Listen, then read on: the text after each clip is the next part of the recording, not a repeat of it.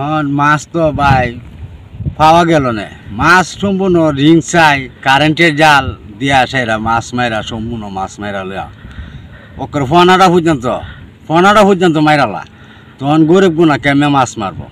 গরিব গুণা তো কোনো মারার কোনো কায়দা নাই।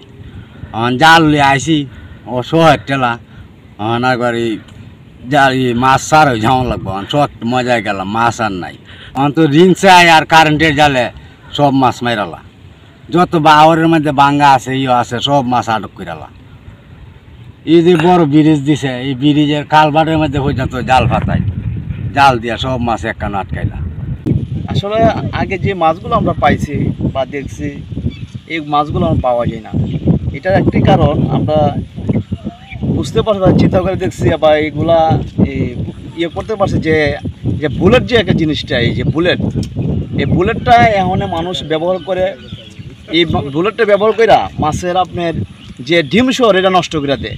এই বুলেটটা আপনি উৎপাদ করতে হবে।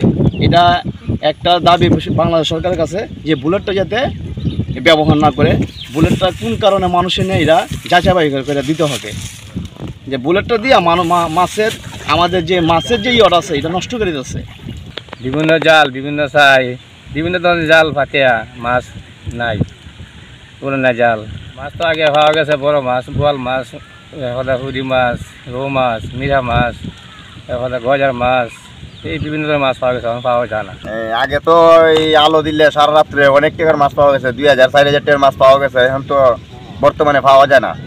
বর্তমানে বুলেট দিয়া মানে একবারে মাছের বীজ নষ্ট করে লাইছে। যে বাংলাদেশ সরকারের কাছে একটু আবেদন, তত্ত্বাবধায়ী সরকারের কাছে, যে বুলেটটা যেন বন্ধ করে দেয়।